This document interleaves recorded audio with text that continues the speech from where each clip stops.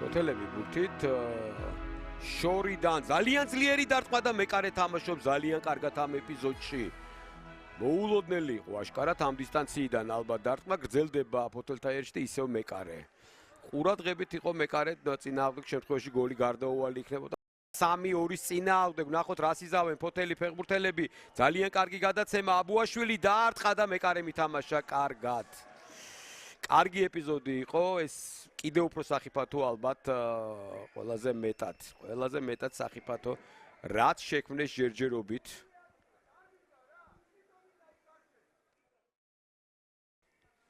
აბუაშვილი თვითონ წავიდა, ჩააწოდა საჯარიმოში, კაჭარავა და ძელს ხვდება დამატებაზე ბორჟესი 1-0. 38 წუთზე გაგრამ გახსნა ანგარიში და ბორჟესის რა თქმა უნდა ორიგინალური აღნიშვნა. გაგრამ შეძლო და პირველივე ესეთი კარგი შეტევა შეიძლება ითქვას დაასრულა გოლი. სწორედ ამაზე ვსაუბრობდი, ჩაწოდება აუცილებელია, როდესაც გუნდში კაჭარავა არის, რომელიც საჰაერო ორთაბრძოლას მოიგებს.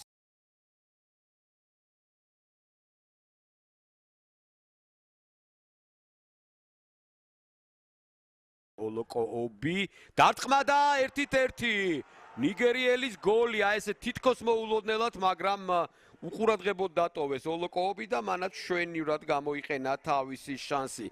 ტიმ ოლოკოობი პირველი გოლი მისცი საქართველოში, ის უკვე მეორე სეზონია საქართველოშია, ქუთაისის ტორპედოში გაატარა მან გასული წელს გადმოვიდა ფოთის კოლხეთში და აი ამ ახალგაზრდა ნიგერიელის 20 წლის ნიგერიელი ფეხბურთელის პირველი გოლი საქართველოში ეროვნულ ლიგაში.